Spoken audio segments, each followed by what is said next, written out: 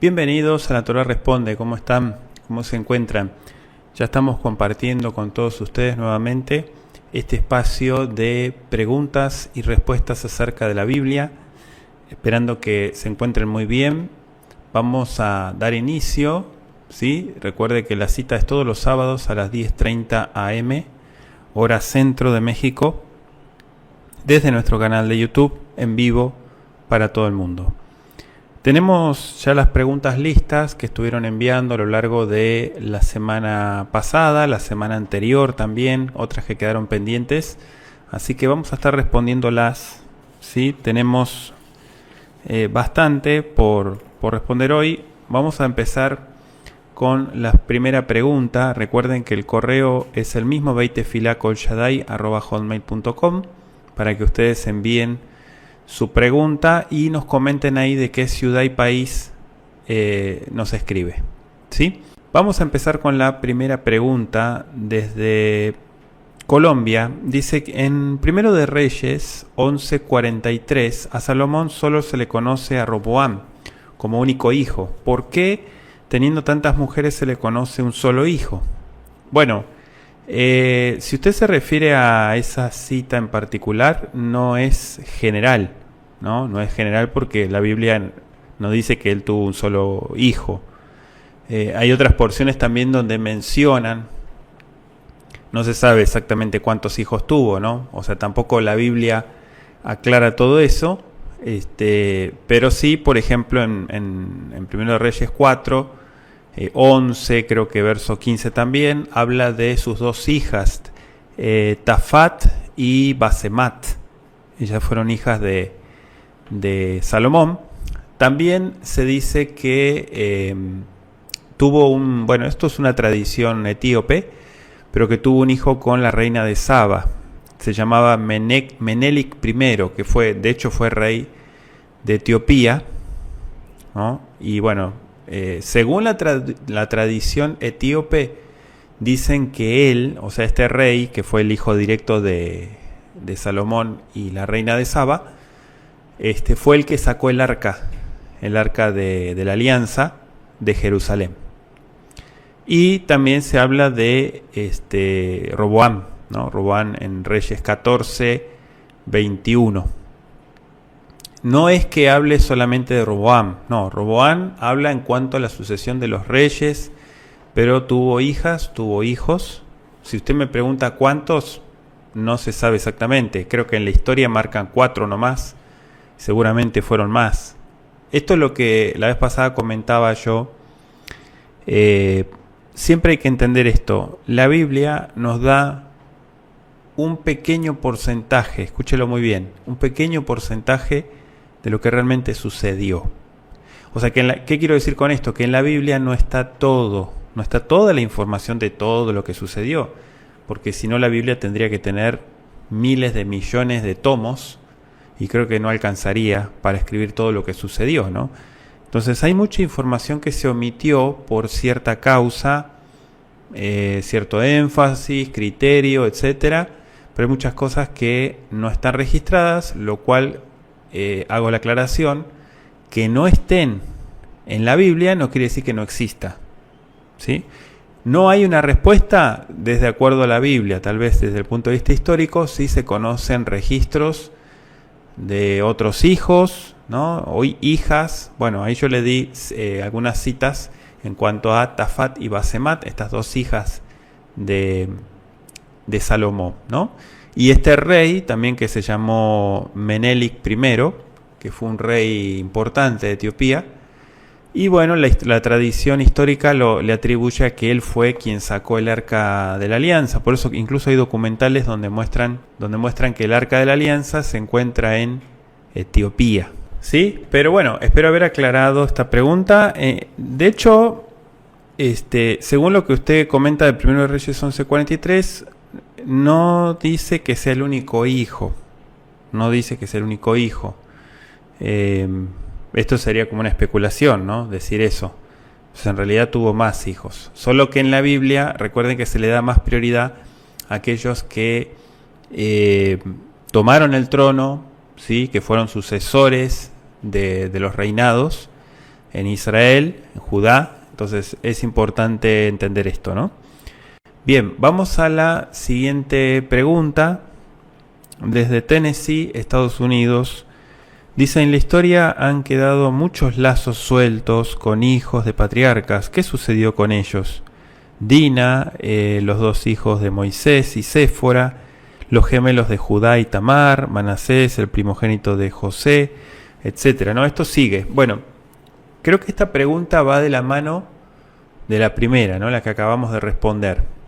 En la historia dice: han quedado muchos lazos sueltos.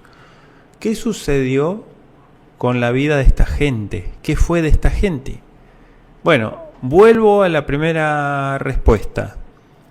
En la Biblia, y esto hay que aprender a convivir con esto, ¿eh? O sea, ¿por qué digo aprender a convivir con esto? Porque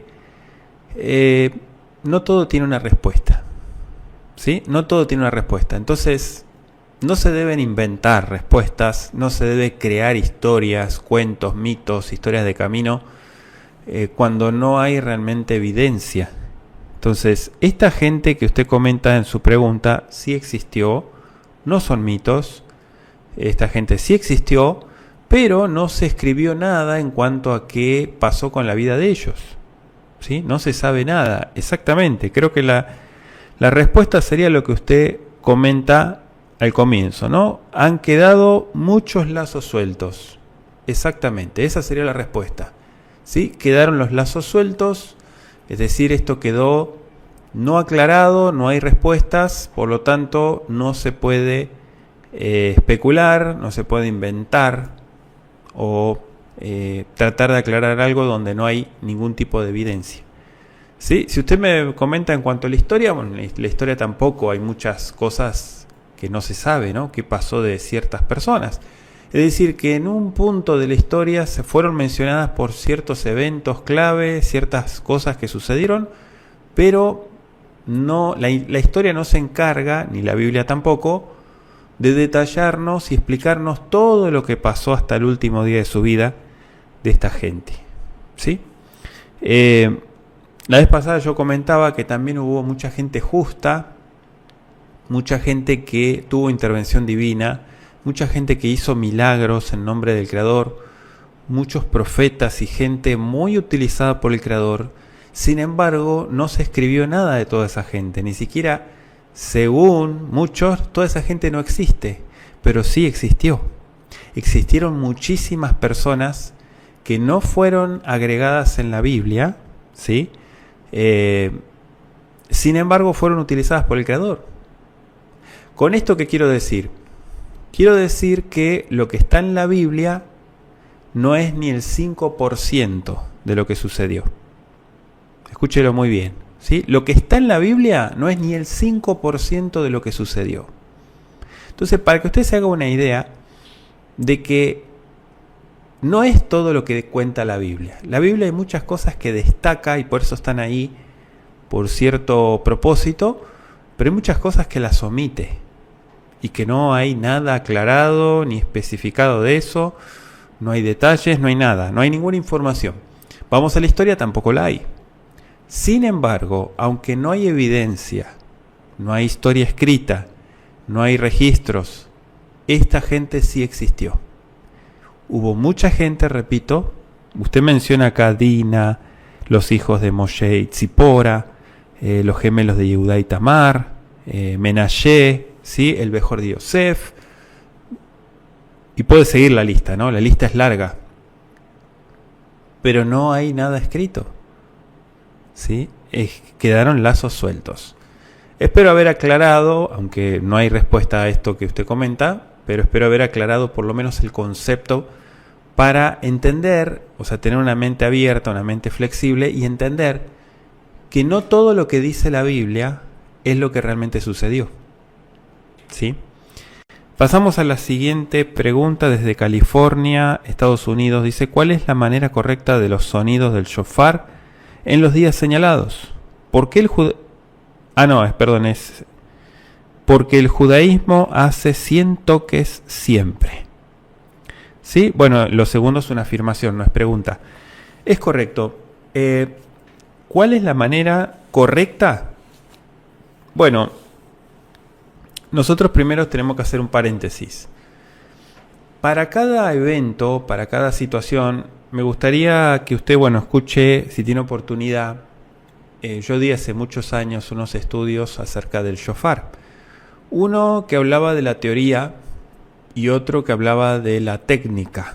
¿Sí? Son más técnicos esos estudios que dimos, audios, donde explicamos muchas cosas. Pero en la parte simbólica, incluso hay un estudio también que di hace muchos años, no sé hace cuánto, pero se llama Los sonidos del shofar en tu corazón. Es cierto que trae una enseñanza espiritual, pero a lo que voy, donde yo explico que para cada evento hay diferentes tipos de alarmas, sonidos, convocaciones y demás. Es decir, que no todas las fiestas son iguales, no todas tienen el mismo carácter, no todas tienen el mismo propósito. Por ejemplo, no podemos comparar Rosh Hodesh con Yom Teruah, aunque usted me diga, pero Yom Teruah es un Rosh Hodesh. Exacto, sí, porque es el inicio del séptimo mes. Exacto, pero son dos fiestas separadas. Al Rosh Hodesh tradicional. En todo caso, el Rosh Hodesh de Yom Teruah es un Rosh Hodesh especial. Pero otra cosa, el Shabbat, la fiesta de Sukkot. Entonces, lo que yo explico ahí en esos temas es la diferencia primero del propósito. O sea que los toques son diferentes. Aunque usted me diga, no lo sé, pero en el judaísmo no le hacen caso a eso y ellos hacen el mismo toque siempre, hacen 100 toques, caiga la fiesta que caiga, hacen 100 toques. Esos son interpretaciones talmúdicas, interpretaciones cabalísticas, porque recuerden que ellos también le dan un enfoque místico a todo esto. Es decir, que si la palabra se escribió 3 veces, lo multiplican por 9, hacen toda una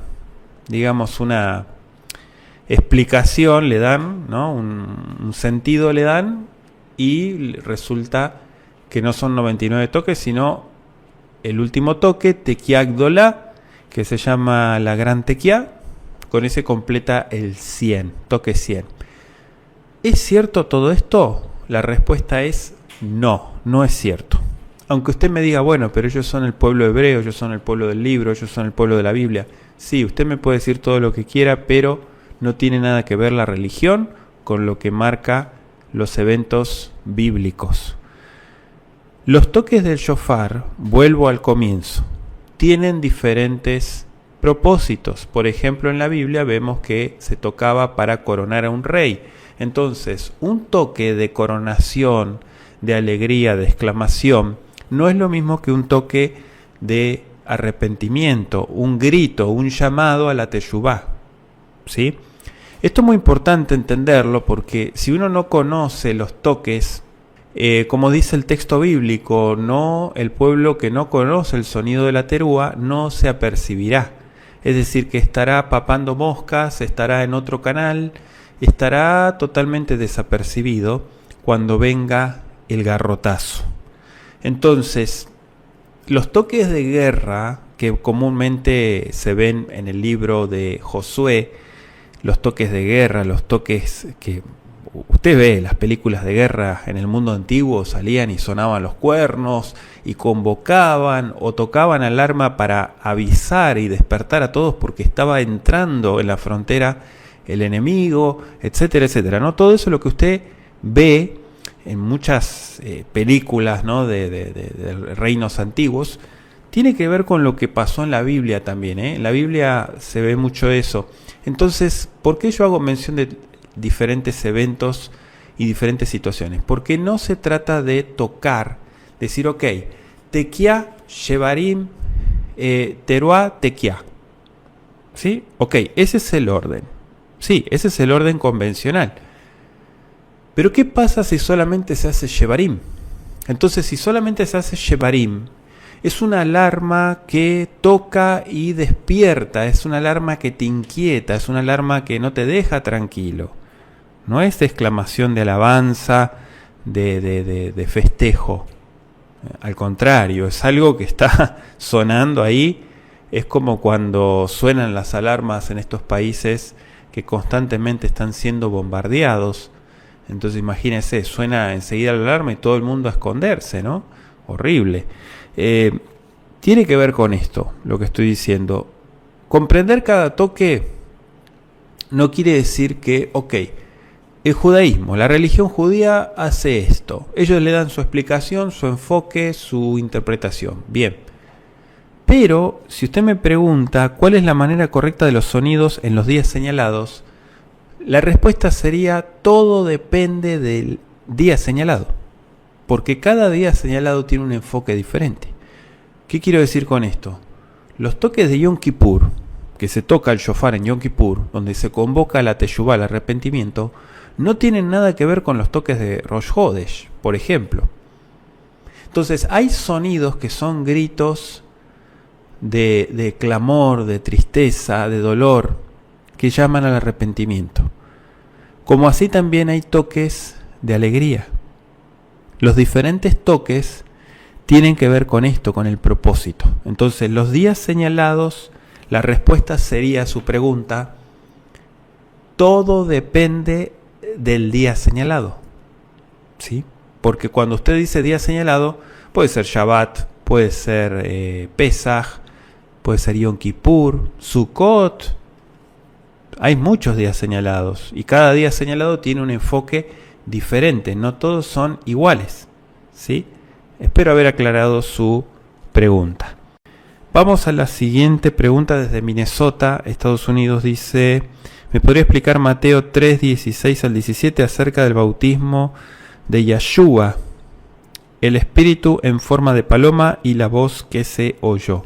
Sí, primero vamos a buscar Mateo, acompáñeme. Dice así, Mateo 3, 16 y 17. Y Yeshua, después que fue bautizado, subió enseguida del agua, y aquí se abrieron los cielos, y vio al Espíritu de Elohim descendiendo como una paloma que venía sobre él. Y he aquí una voz de los cielos que descendía: este es mi Hijo, el amado, en quien me complací. Bien, podría explicar, dice, acerca del bautismo, el espíritu en forma de paloma y la voz que se oyó. Sí, exacto. Esto está bien lo que dice el texto, solo que hay un detalle acá. Hay un comparativo, dice como una paloma. No dice descendió una paloma, ¿no? Es diferente, es decir, hacerlo literal, es decir, vio al espíritu de Elohim, descendió una paloma, ¿no? No, dice que era como una paloma. Lo que se vio en este evento, que él relata como testigo visual, es una entidad que no se pudo lograr ver bien, claramente, pero era como algo con alas que descendía. Lo primero que el escritor, el testigo, anota es Ioná, ¿no? La paloma, porque era un ser de luz blanco. No sabemos si era un ángel, no sabemos realmente, no hay explicación alguna, porque son eventos sobrenaturales, es decir, que van mucho más allá de la dimensión en la que estamos nosotros, ¿sí? Son de otra dimensión. Entonces hay cosas que no tienen una explicación lógica, material, digamos, pero el escritor trata de bajar la idea y decir como una paloma que venía sobre él. ¿Sí? Fue una entidad espiritual que descendió del cielo, un ser de luz, y se posó sobre él. No sabemos si entró en su cuerpo, si se materializó. No era una paloma, no era un animal, era como una paloma.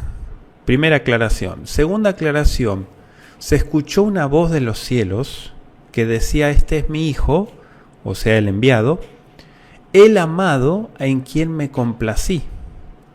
Esto está increíble porque esta es una evidencia textual, literal, de la divinidad de Yeshua.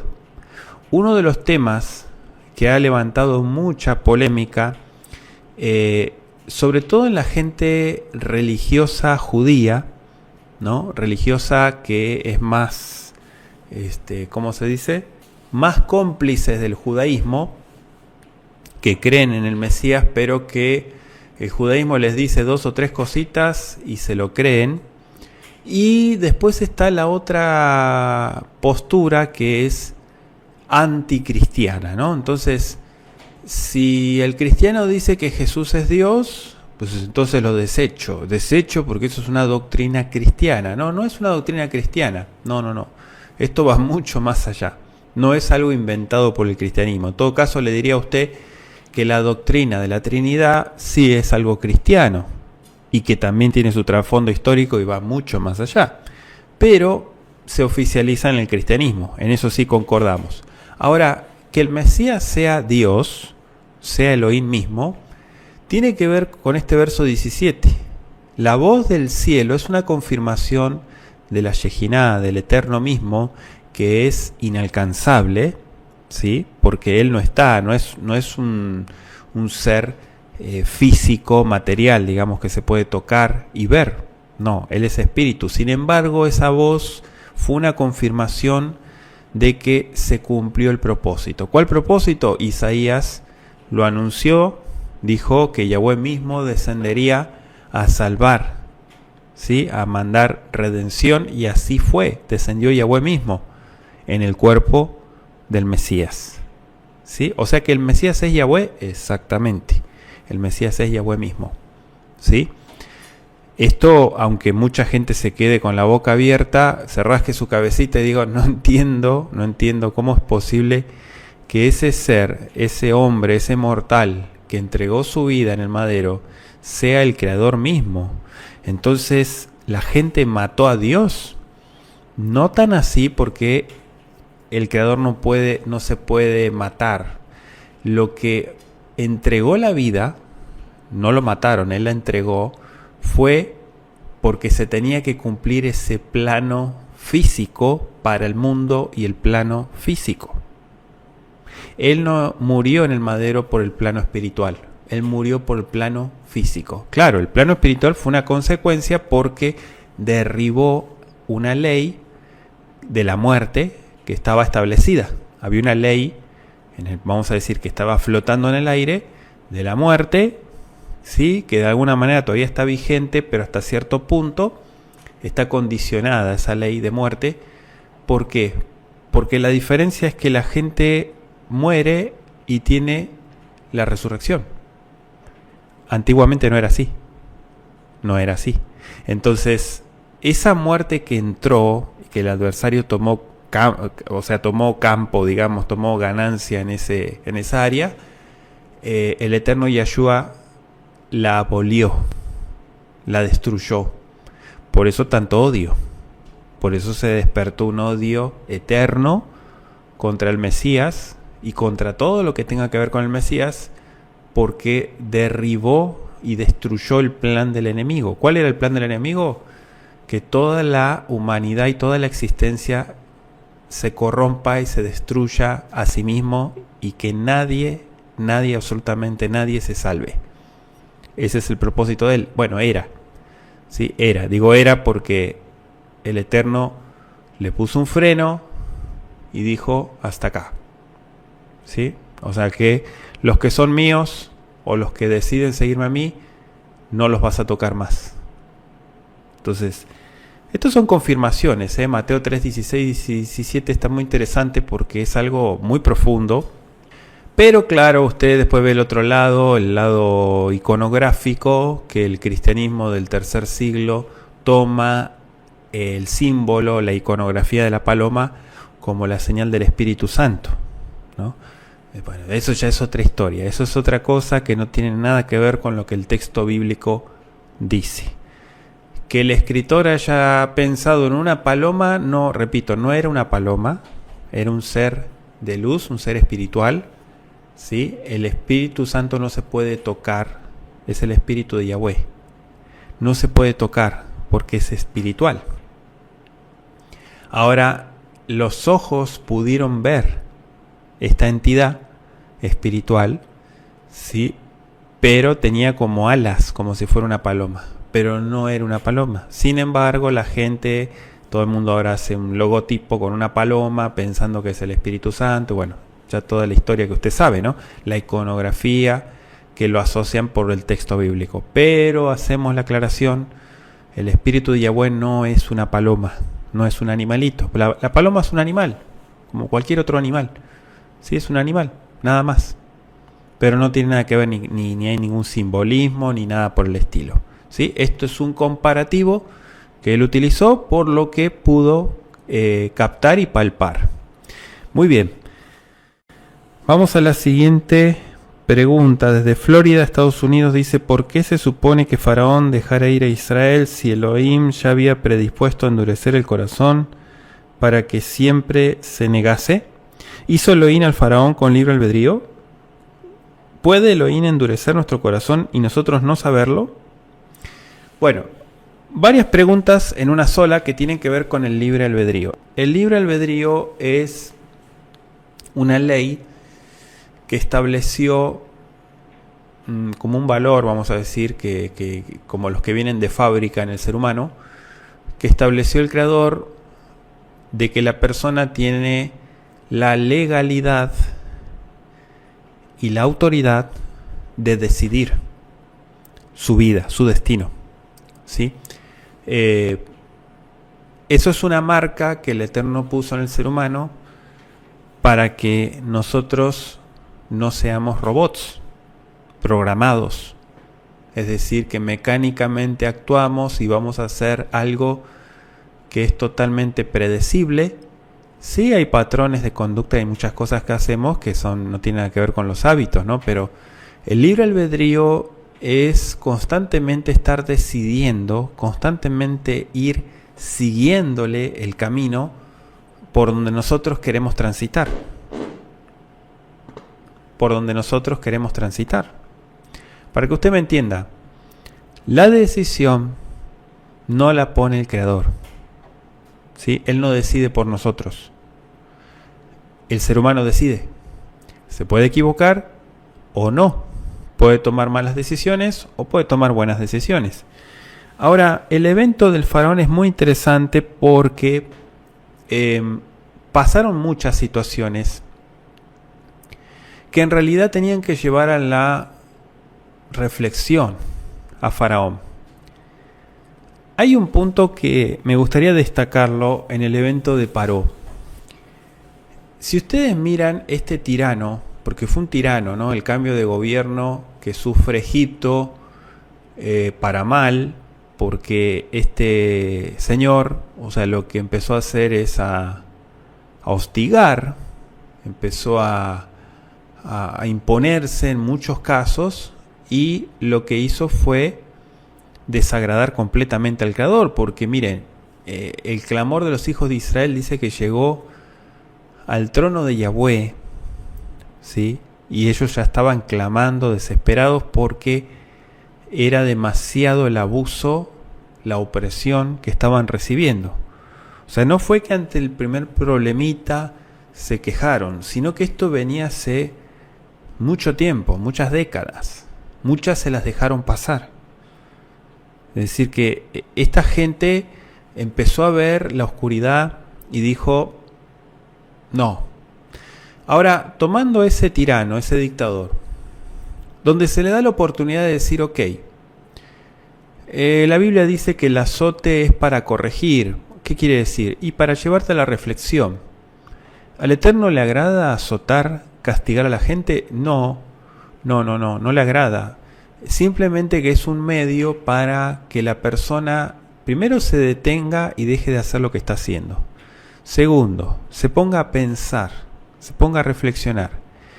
Tercero, que empiece a pensar con la cabeza en frío, empiece a tomar decisiones correctas, deje de hacer estupideces.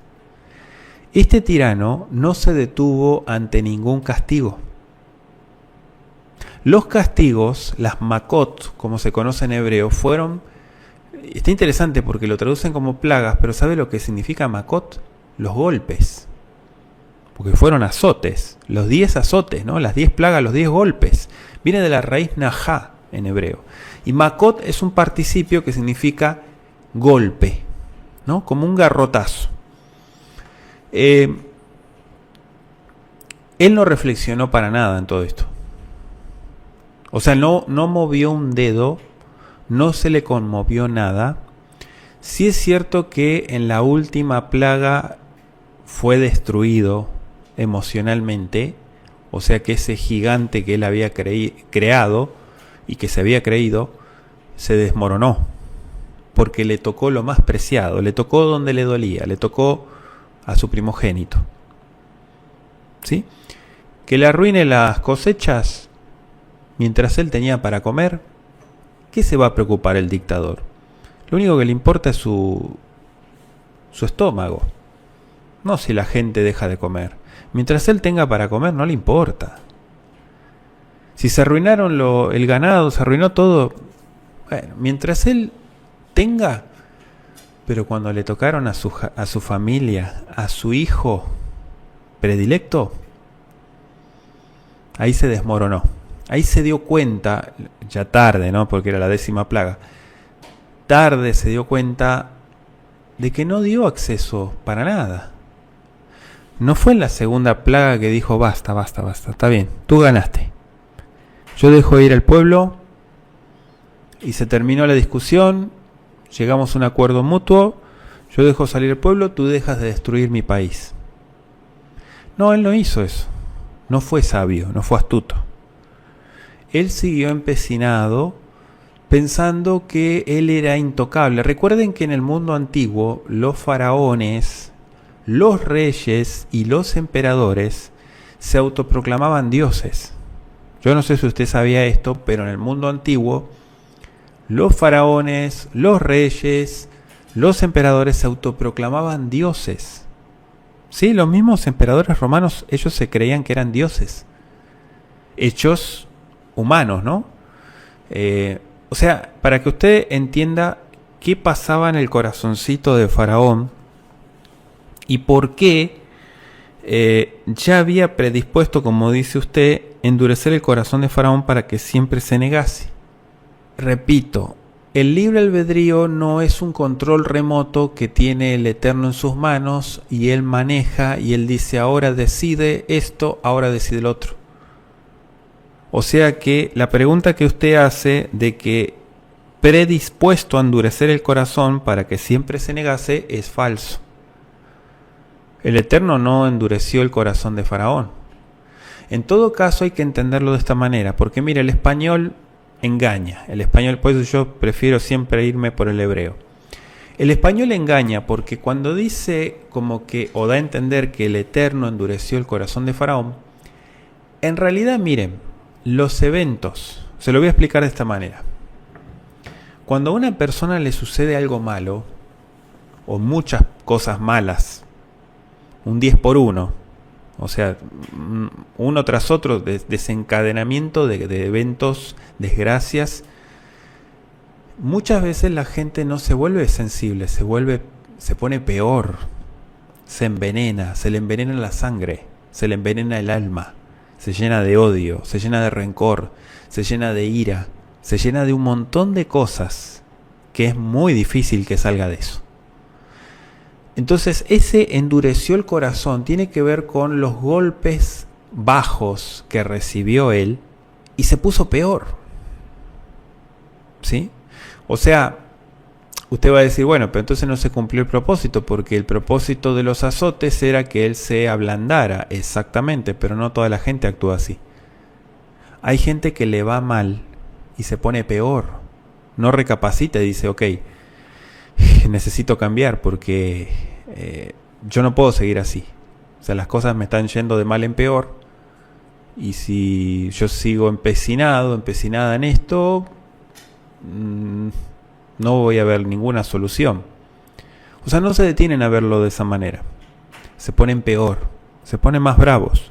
Entonces, este fue el caso de lo que usted dice acá, predispuesto a endurecer el corazón. En realidad, el endurecer el corazón fue una consecuencia de que fue mal canalizado el azote. ¿Por qué mal canalizado? Porque no lo reflexionó como tenía que ser. No se detuvo, siguió terco. Eso es lo que dice el texto hebreo.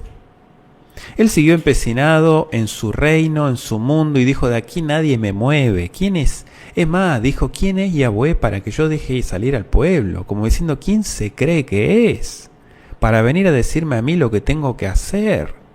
Yo soy supremo, yo soy el rey y el Dios de Egipto. ¿Cómo viene este don nadie a invadirme mis tierras, mi pueblo, mi nación, con esta gente extranjera que lo único que hace es venir a usar mis recursos, ¿verdad? O sea, el Señor estaba en su trono. Entonces, este señor, este tirano, de repente se dio cuenta que las fichas se dieron vuelta en su contra. Y que lo que le convenía, y yo creo que tenía consejeros como cualquier rey y dirigente, yo creo que había gente que se le acercaba al oído y le decía: ya, afloje, faraón, afloje. ¿Hasta dónde quiere llegar? Afloje, déjelos que se vayan. Ya vinieron estos dos locos a anunciar otra desgracia. Déjelo, deje que se vayan. No los voy a dejar, porque yo estoy por encima de todo, decía él. A mí no me van a destruir tan fácilmente. Y como el Eterno escudriña mente y corazón, y sabía la terquedad y la dureza de corazón que había empecinado en él, dijo: bueno, sigamos con el juego. ¿Quieres más? Te doy otra dosis, no hay problema. Te doy una dosis más fuerte. Si quieres jugar, juguemos. Y ¿hizo Elohim al faraón con libre albedrío? Sí, como cualquier ser humano. Solo que ese libre albedrío, repito lo que dije al comienzo, la persona puede tomar buenas decisiones si tiene la cabeza limpia, o malas decisiones si tiene la cabeza envenenada. En este caso su cabecita estaba envenenada. Por eso las decisiones eran de mal en peor. Tercera pregunta: ¿puede Elohim endurecer nuestro corazón y nosotros no saberlo? La respuesta es no. No, porque todas las cosas son conscientes. Primero y principal, la Biblia dice que Él no hace nada sin antes anunciarlo, y además todo lo que Él hace lo hace por nuestro bien. O sea que Él no juega los dados con nosotros, con nuestra existencia. No toma decisiones para perjudicarnos a nosotros. Eso lo tenemos que dejar en claro. Yo creo que esta pregunta que usted hace tiene que ver con lo que pregunta al principio, ¿no? Que en realidad, según lo que usted me comenta o me pregunta, es que el Creador endureció el corazón de Faraón. En realidad Él no lo endureció. Las circunstancias, por su terquedad, lo pusieron peor. ¿El propósito cuál era? Que en su libre albedrío Faraón diga: stop, basta, no quiero problemas con esta gente, no quiero problemas con estos dioses o este dios, no quiero saber nada, aquí está tu gente, déjanos en paz, y todo el mundo tranquilo. No fue así. Su corazón empedernido en su tiranía, en tener la última palabra, en querer tener la razón, en fin, su terquedad interminable lo llevó a ahogarse en el río. ¿Sí? Ese orgullo lo mató. ¿Pero lo puso el Creador? No. Las circunstancias. Lo que pasa es que empezó a apretar el zapato. Para que usted me entienda. Empezó a apretar el zapato. Entonces, en lugar de sacarse el zapato, se lo dejó puesto. Pero como le molestaba el zapato, todas sus acciones y sus decisiones eran pésimas. Entonces, ¿quién tiene la culpa? ¿La persona o el zapato? La persona. Si esa persona hubiera usado su cabeza y se hubiera quitado el zapato y le dejara de molestar el zapato, se termina el problema, ¿verdad? Sin embargo, siguió todo el día con el zapato lastimándole y empezó a contestarle mal, a actuar mal, a accionar mal, a tomar malas decisiones. Bueno, esta alegoría que yo le estoy diciendo a usted, este simbolismo, tiene que ver con lo que pasó con Faraón. Faraón pudo haber tomado buenas decisiones. ¿Tuvo la oportunidad? Sí. ¿Por qué? Porque tenía libre albedrío. El libre albedrío lo tiene todo ser humano. Todos, absolutamente todos. Su decisión fue dejar al pueblo hasta las últimas consecuencias. Y le costó caro. Le pudo haber costado más barato. Le costó caro por su terquedad. Entonces, referente a su última pregunta, ¿puede Elohim endurecer nuestro corazón y nosotros no saberlo? No. Primero y principal porque esto va en contra de Elohim. Elohim no hace eso. Él no trabaja así. En todo caso, el enemigo sí. Sí, porque él es astuto y él trabaja en la inconsciencia de la gente. ¿Sí? Cuando la persona está distraída, no está consciente, no está con todas las luces puestas, ahí es donde él se aprovecha y él trabaja. ¿Sí? Él pone trampas, hace un montón de cosas, pero el Eterno no hace eso. Él no hace eso. Espero haber aclarado su pregunta. Muy bien, vamos a la siguiente pregunta. Dice desde Florida, Estados Unidos: ¿por qué en la Torá no hay ninguna narración acerca de la vida después de la muerte? Bueno, lo que pasa es que es un tema que se ha especulado. Primero se ha especulado muchísimo, ¿no? Obviamente la Biblia no tiene nada que ver con la especulación de la gente, pero son misterios. O sea, el más allá, ¿qué sucede cuando la persona deja de existir, deja de vivir, cuando fallece? Pueden haber cantidad de testimonios, personas que murieron y resucitaron. Sí hay muchos casos que ha pasado eso. Pero la Biblia no habla sobre eso porque, bueno, obviamente hay muchas cosas que se reservan. Primero porque son temas muy delicados, segundo porque son misterios. A nosotros sí se nos ordena ser conscientes y vivir en este plano material, físico, espacio-tiempo en el que vivimos. No se nos habla detalladamente de nada del más allá, por lo menos en la Biblia. Tal vez haya otros libros que digan algunas cosas, pero no, la Biblia no habla porque estos son misterios. Sí se habla del evento de la muerte, pero no se habla de más allá de la muerte. ¿Qué pasa después de la muerte? ¿Sí? Hay unos temas muy profundos que trata Apocalipsis sobre la vida y el mundo después de la resurrección. Es decir, como una vida nueva, ¿no? Donde todo ha pasado. Pero bueno, es el único detalle que yo le podría decir a usted que se menciona en la Biblia después de la muerte, pero obviamente pasan muchas cosas después del juicio. Lo que sí se puede deducir según la Biblia, no según lo que diga la gente, según la Biblia, lo que sí se puede deducir es que la persona cuando muere está en la nada. No hay conciencia, no hay nada, absolutamente en la nada, no hay nada. No es que va a un lugar con unas sillas y se sienta ahí a esperar, o no, o hay una cama donde se puede acostar. No hay nada, no hay conciencia, no hay decisión, no hay nada. La persona está completamente apagada, no hay nada. Es más, cuando una persona duerme, sí hay algo, porque la persona hasta puede estar soñando, ¿no? Por ahí está inconsciente, ¿no? O sea, pero está descansando. Es decir, que su cuerpo está vivo. Pero en el caso de la muerte física, no hay nada. Eclesiastés dice sobre eso, ¿no? O sea, no es que van a un lugar donde...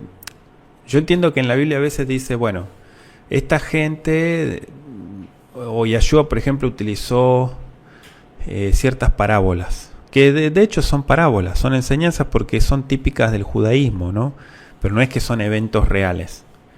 El rico, Lázaro, ¿no? Todo eso que parece, lo cuentan con lujo de detalle, que parece que fuera real, pues en realidad son alegorías, son parábolas. Porque en realidad lo que quieren, lo que lleva a eso es a la reflexión, a que la gente piense, ¿sí?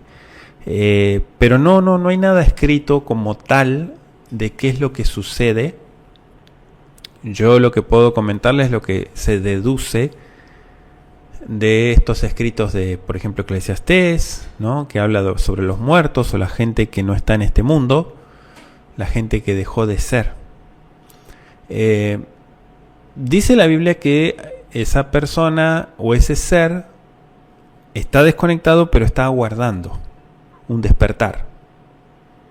No sé cómo podría ejemplificar esto.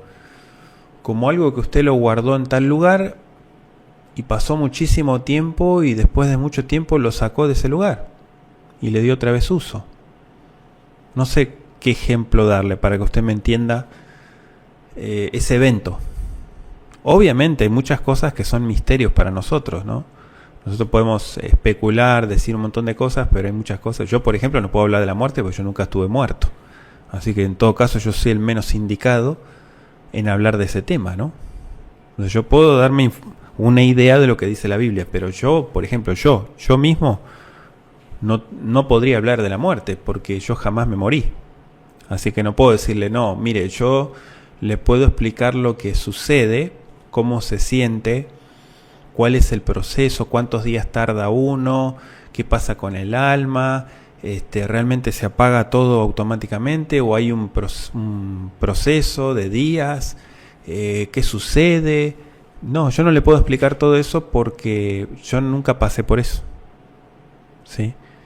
O sea, si yo me hubiera muerto y después resucité y entonces yo digo, no, mire, yo me acuerdo que sentí esto, vi esto, entonces yo le puedo dar mi experiencia, ¿sí? Pero en este caso no. En este caso no porque, repito, yo soy la persona menos indicada en hablar sobre el tema de la muerte, ¿sí? Apenas uno puede con la vida, yo creo que con la muerte es mucho más difícil, ¿no? La siguiente pregunta desde Monterrey, México, dice, ¿cuántos años fueron de esclavitud? ¿400 o 430 años? Bueno, sí, el evento del capítulo 12 de Éxodo, verso 40, ahí se indica que el pueblo de Israel estuvo en Egipto durante 430 años, ¿no? Hago la aclaración. Usted dice acá de esclavitud. No fueron 430 años de esclavitud. Porque quiero hacer la siguiente aclaración antes de continuar. El pueblo hebreo entró por su voluntad, ¿sí? Si usted me dice que el antiguo imperio egipcio invadió Canaán y se llevó presos a muchos y los pusieron como esclavos a trabajar en Egipto, yo podría decirle que sí, que a partir de ahí empezó la esclavitud, pero no fue así. El último capítulo del Génesis dice que debido a la necesidad el pueblo se fue a Egipto, porque obviamente Egipto era una potencia mundial en ese entonces y era sinónimo de prosperidad, ¿no? Entonces la gente que pasaba por diferentes circunstancias malas se iba a Egipto para progresar, prosperar. Y eso fue lo que hicieron los hebreos. entraron por su voluntad, obviamente se establecieron, empezaron a crecer, a multiplicarse, pero lo de la esclavitud fue cuando empezó el cambio de gobierno. El sistema cambió y obviamente ellos, por ser extranjeros, tenían la de perder. Entonces las leyes se pusieron en su contra. Entonces obviamente toda esta gente que entró hace mucho tiempo terminó trabajando y produciendo para el pueblo, para la nación. Ahora, habiendo aclarado eso, no son 430 años. 430 años es lo que contabiliza Éxodo 12:40 desde que el pueblo entró en Egipto hasta que salió. Ahora, el capítulo 15, verso 13 de Génesis, la profecía dice que el Creador le dijo a Abraham que sus descendientes serían esclavizados y oprimidos durante 400 años. Eso no es cierto. Yo no estoy poniendo en duda la profecía, no. 400 años es un número, no es exacto. Es un número redondo.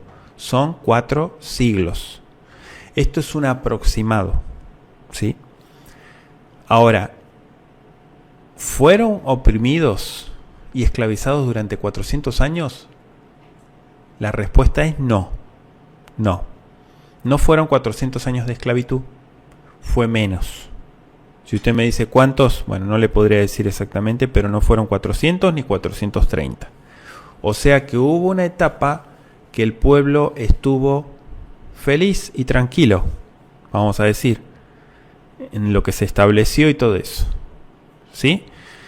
Obviamente, al ser un país extranjero dentro de otro país, se empezaron a multiplicar, empezaron a ser cada vez más, y obviamente el pueblo nativo, los egipcios, empezaron a dudar, empezaron a tener miedo, porque dijeron, si esta gente extranjera se nos da vuelta de la noche a la mañana, se quedan con todo. O sea, nos invaden y ¿qué vamos a hacer? Entonces empezaron a poner presión. Empezaron a reformar las leyes. Empezaron a cambiar el sistema. ¿Sí? Y obviamente cuando asumió este faraón nuevo, este rey, él no andaba con vueltas. Él dijo, se terminó la buena onda, se terminó lo bueno, vamos a hacernos respetar, vamos a poner las cosas en su lugar. Y esta gente que ha sido extranjera y aunque han nacido aquí, pues son sus nietos, tataranietos, son descendientes de ellos, por lo tanto, son más de lo mismo. Así que, mano dura contra ellos. ¿Sí? Mano dura. Y eso fue lo que pasó. Pero repito, 430 años es el cómputo total desde que ingresaron hasta que salieron. 400 años es un número redondo aproximado de lo que sería los descendientes de Abraham que ingresaran a Egipto. ¿Sí? Pero no hay que ser precisos. En todo caso, la cifra precisa son 430 años de estancia, no de esclavitud. De esclavitud fue menos. Espero haber aclarado la pregunta.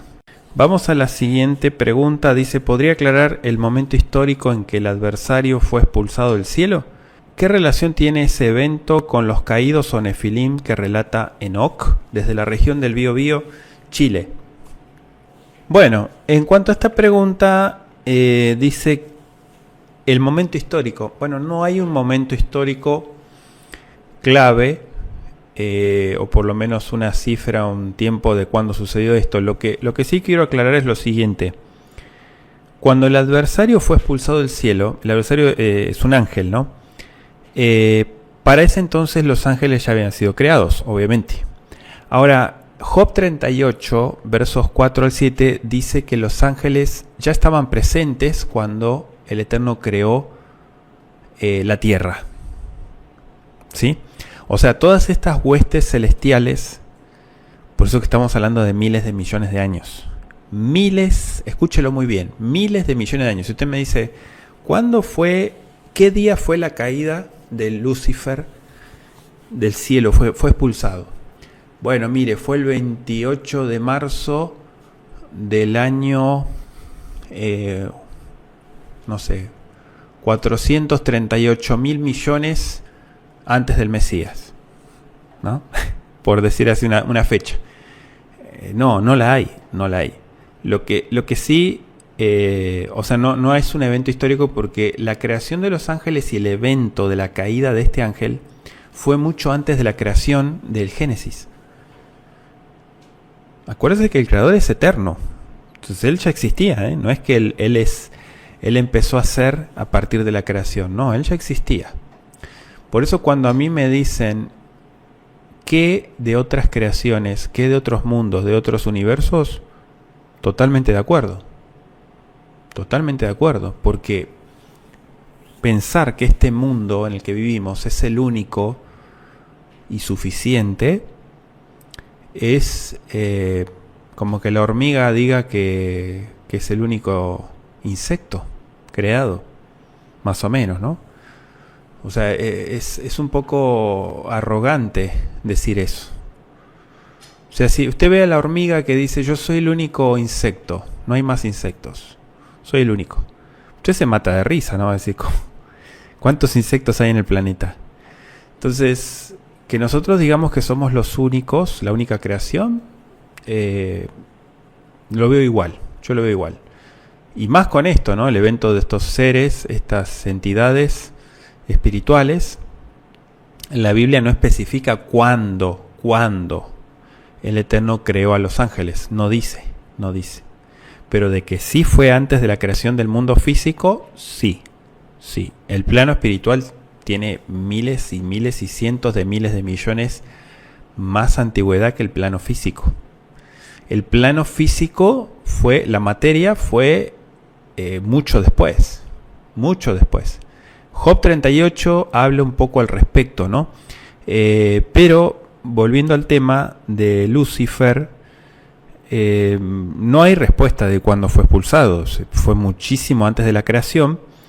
¿Qué relación tiene ese evento con los caídos o los Nefilim, que es una raza híbrida de gigantes que se relata en el libro de Enoc?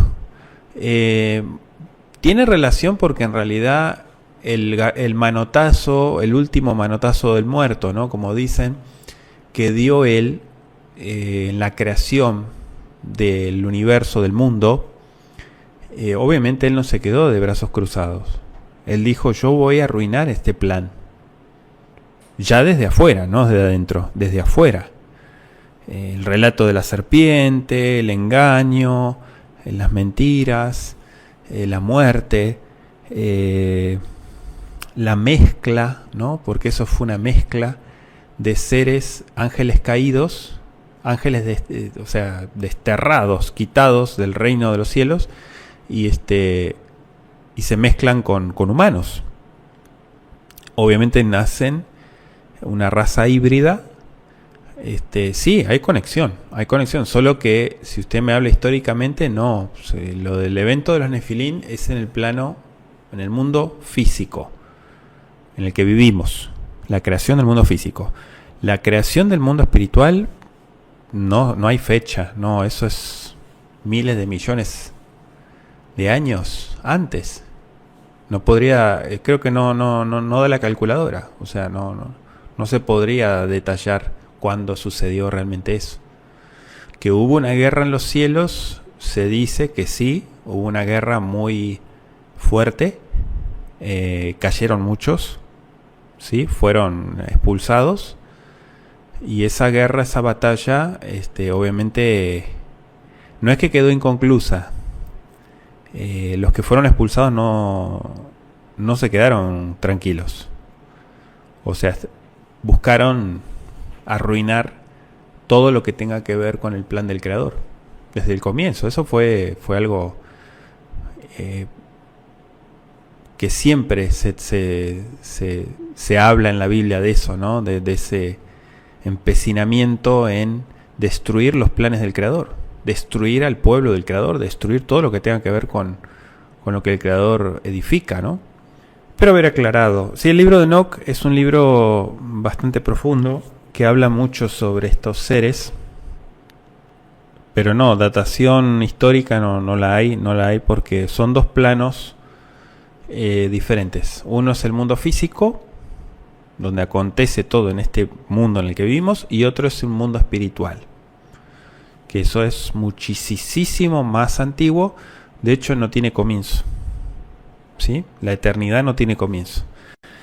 Bien, vamos a la siguiente pregunta desde Wisconsin, Estados Unidos. Dice, ¿qué hacían unos fariseos en el campo cuando el Mesías arrancó espigas para comer? ¿Esos fariseos devotos están sujetos a estar en el templo o en el campo cuidándolo?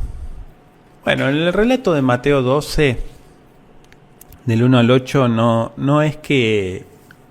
Vamos a aclarar lo siguiente. Ellos no andaban en el campo. Ellos observaron que esta gente estaba en el campo. Usted dice, ¿no se supone que si ellos eran devotos tenían que estar en el templo? No, en Shabbat no es obligación estar en el templo todo el día. No, para nada. En Shabbat hasta la gente más religiosa se va a un parque, o sea, una plaza, un parque verde, o se va al lado del río a descansar, o sea, se va a un lugar tranquilo. No, o sea, el Shabbat es un día de relax, ¿no? O sea, es un día de que no es que uno tiene que estar todo el día metido en el templo, en la congregación. No. Eso por un lado. Digo, por ahí usted tiene ese concepto, ¿no? De que ellos tenían que estar todo el día en el templo. O sea, ¿qué hacían ellos criticando a Yahshua si ellos tenían que estar en el templo?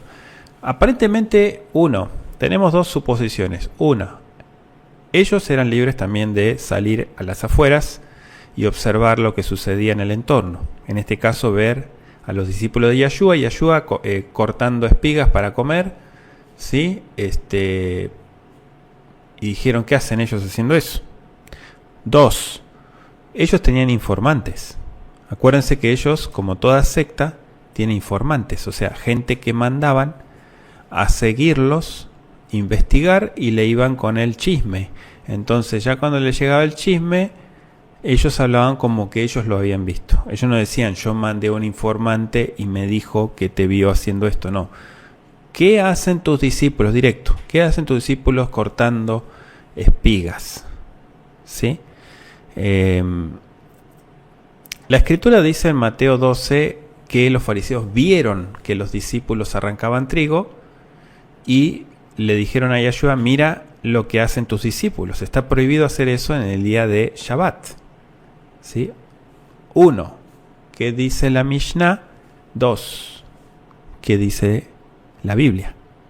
Porque la Mishnah no es la Biblia. La Mishnah es el compendio de leyes judías, rabínicas, que establecen leyes sobre leyes sobre leyes sobre leyes y un montón de prohibiciones y un montón de cosas que ni ellos mismos podían cumplir. Entonces, ¿qué hacían estos fariseos en el campo? No, ellos no estaban en el campo. Ellos observaron o alguien les fue con el chisme. Una de dos. Pero sí podían salir en Shabbat, a las afueras. ¿Sí? O sea, esto no es que está prohibido o fue agregado, fue manipulado. No. Simplemente que, miren, la postura es la siguiente. Ellos defendían la tradición de los ancianos. Y Yahshua se iba por el texto bíblico. ¿Sí? Por eso le dice, ustedes, les dice, ¿tampoco han leído los libros de la Torá de Moshe? ¿Ustedes no saben que los sacerdotes pueden trabajar en el templo en el día de Shabbat sin que nadie los acuse de nada? Porque el trabajo que hacían los sacerdotes en Shabbat era más pesado que cualquier trabajo de la semana. O sea que en Shabbat trabajaban más los sacerdotes y nadie los acusaba. ¿Sí? Entonces, él iba más a atacar la hipocresía, ¿no? A decir, ok, te estás quejando de esto, pero estás cerrando un montón de cosas. Estás viendo detalles, estás buscando problemas en cualquier detalle para acusarme, para inventarme calumnias y cosas, porque ya la traes contra mí. Entonces, ese era el objetivo. ¿Sí? Eso en realidad es lo que sucedió. Ellos no estaban cuidando el campo. No es así. Bien, vamos a la siguiente pregunta. Desde Wisconsin, Estados Unidos, también dice: ¿por qué pidieron carne para comer en el éxodo del pueblo de Israel si ellos tenían vacas y ovejas? Claro, seguramente usted dice, bueno, ¿qué necesidad hay de pedir si ellos tienen estos animales, este ganado? Bueno, pueden haber ciertas opiniones. No quiero caer en la especulación, ¿no? Pero si es cierto lo que usted dice, que ellos tenían vacas y ovejas y pidieron carne, ¿cuál es la lógica? Que ellos no querían sacrificar sus animales para consumirlos, porque esos animales le daban otro alimento, ¿no? Es decir, está como aquel que dice, no, yo tengo comida en mi casa, pero yo me voy a comer tu comida. Me voy a tu casa a comer. ¿Y por qué no comes tu comida? Vienes a comerme mi comida. Bueno, porque mi comida en todo caso la como cuando ya no tengo más recursos que utilizar. ¿Sí? Pero esta gente obviamente se quejó de la carne, que no tenían carne, no tenían otra cosa que comer, porque estaban hastiados, cansados de lo mismo, típico del ser humano, ¿no? El ser humano se cansa de la rutina, de lo monótono, del siempre lo mismo. Y esta gente quería probar otras cosas. Entonces, la gente del desierto reaccionó como cualquiera de nosotros. ¿Sí? Exactamente igual que nosotros, porque eran humanos igual que nosotros. Y tenían las mismas frustraciones y los mismos deseos y las mismas cosas que nosotros. Tal vez vivió hace miles de años atrás, pero eran personas igual que nosotros. Entonces, yo podría decirle, bueno, no se comieron a sus vacas y sus ovejas porque tal vez le daban la leche o le daban otros alimentos. Y ellos dijeron, ¿por qué tengo que sacrificar mis cosas que me costaron tanto? Que este que me sacó, que este que se va a hacer responsable, se haga cargo de mantenerme, ¿no? Porque también está esa. También está la postura de la acusación. Si usted mira cuántas acusaciones le hicieron a Moshe, cantidad.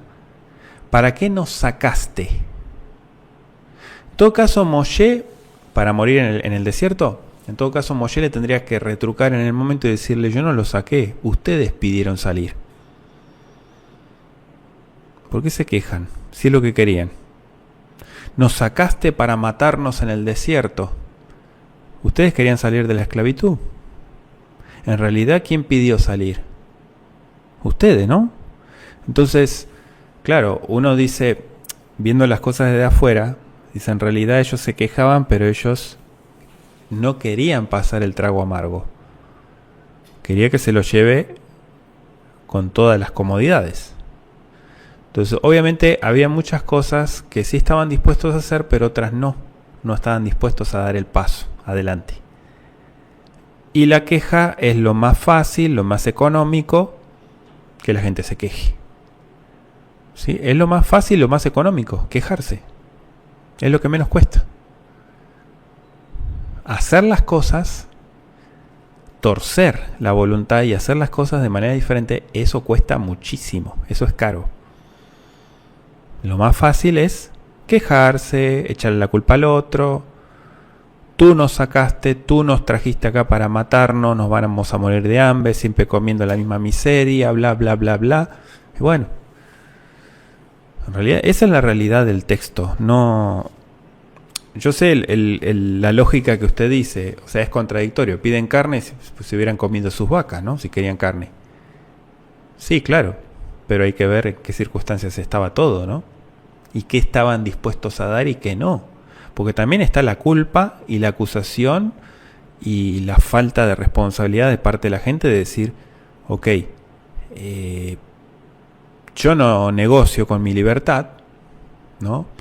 Y si este está dispuesto a hacer el papel de líder y sacarme, bueno, que se haga cargo el 100%, o el 200% que se haga cargo de mí, y que me provee y me dé todo lo que necesito. Yo no estoy dispuesto a mover un dedo, que él haga todo por mí. También está esa. Entonces, son diferentes hipótesis para tenerlas en cuenta. Pasamos a la siguiente pregunta. Desde Wisconsin, Estados Unidos, dice, ¿podría explicar Lucas 17, versos 20 al 22? Vamos a leerlo. Lo leemos, dice Lucas 17, versos 20 al 22. Interrogado por los fariseos, ¿cuándo viene el reino de Elohim? Les respondió y dijo, el reino de Elohim no viene con advertencia, ni dirán helo aquí o allí, porque he aquí el reino de Elohim está en medio de vosotros. Entonces dijo a los discípulos, días vendrán cuando anhelaréis ver uno de los días del Hijo del Hombre y no lo veréis. Bueno, esto está hablando del mesianismo, ¿no? Ellos, recuerden que el interrogatorio y todo lo que le hacían a él era para poner en duda, en realidad el concepto era poner en duda o tildarlo de farsante, ¿sí? Los fariseos se le acercan a preguntar cuánto tiempo más deben esperar antes de ver una evidencia concreta de que el reino verdaderamente estaba por llegar, o sea, el reino de Elohim. Entonces, al hacer esta demanda, los fariseos estaban desafiando la autenticidad del mesianismo de Yeshua. Y lo que ellos insinuaban era, o sea, eres un falso Mesías, eso es lo que le estaban diciendo. Según puede verse en esto que acabo de leer, el concepto equivocado de los fariseos acerca del reino del Mesías fue lo que los impulsó a hacer esta pregunta. O sea, entendían que el reino de Yahweh era una organización política, escúchelo muy bien, y que el Mesías, rey, sería un gobernante temporal que dominaría todas las naciones y las subyugaría al gobierno judío. O sea, un pensamiento súper egoísta. O sea, que estos egoístas sueños que ellos tenían todavía no se habían materializado. Por lo tanto, estaban seguros de que el reino, entre comillas, aún no había llegado. O sea, el reino todavía era futuro para ellos. Y él les dijo, no, es esto el reino. Porque no entendían, ¿no? No viene el reino de Elohim con observación o con advertencia. Es decir, no puede observarse su venida. El reino del cual Yeshua había hablado, ¿sí? Ya estaba presente. Pero esta gente ciega no lo había detectado porque solo estaban observando la apariencia externa de las cosas. O sea, no habían visto ninguna señal que pudiera darles a entender que se acercaba la clase de reino que ellos esperaban. Se necesitaba discernimiento espiritual para percibir la venida del reino del favor de Elohim. De hecho, mandar al Mesías es todo. Ese es el reino. Porque estaba delante de ellos el Mesías. Pero ellos estaban viendo a un hombre común y corriente y decían, ¿cómo? ¿Cuál es el reino? ¿Dónde está el reino? Nosotros lo que queremos es un libertador político que subyugue a todos los pueblos a los judíos. Triste, ¿no? Pero bueno, esta es la visión talmúdica del Mesías. Por eso que muchos decían la paz. El Mesías va a traer la paz. Y él dijo, yo no vine a traer paz, vine a traer guerra. El que tiene oídos entienda, ¿no? Pero yo no vine a traer paz. Esa paz que ustedes están buscando, política. No. Yo vine a traer guerra. Yo vine a poner en contra muchos divisiones. ¿Sí? Espero haber aclarado esta pregunta. Bien, damos gracias al Creador por este espacio. Les agradezco a todos por participar de La Torah Responde, como siempre, por ayudarnos con sus preguntas, participar mandándolas al correo que ponemos en pantalla, beitefilacolshaddai@hotmail.com. Si tuvieran más preguntas y que aún no fueron respondidas, les pido por favor que las reenvíen, si nos hacen el favor, para contestarlas lo antes posible. De todas maneras, manejamos cierto número de cantidad de preguntas, así que si ven que no podemos alcanzar con el tiempo a responder todo, quedará pendiente para la otra semana. Nos despedimos de ustedes agradeciéndoles a todos por acompañarnos como siempre. Cuídense mucho y hasta la próxima.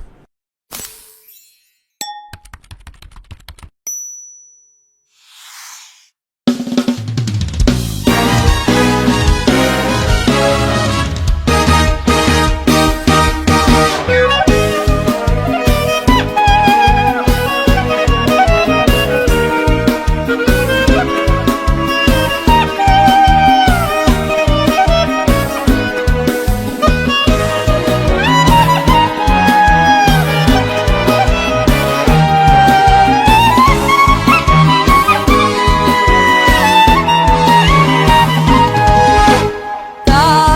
da da da da da di da da da ma ya ya ya la la da da di da da da da di da da da ma ya ya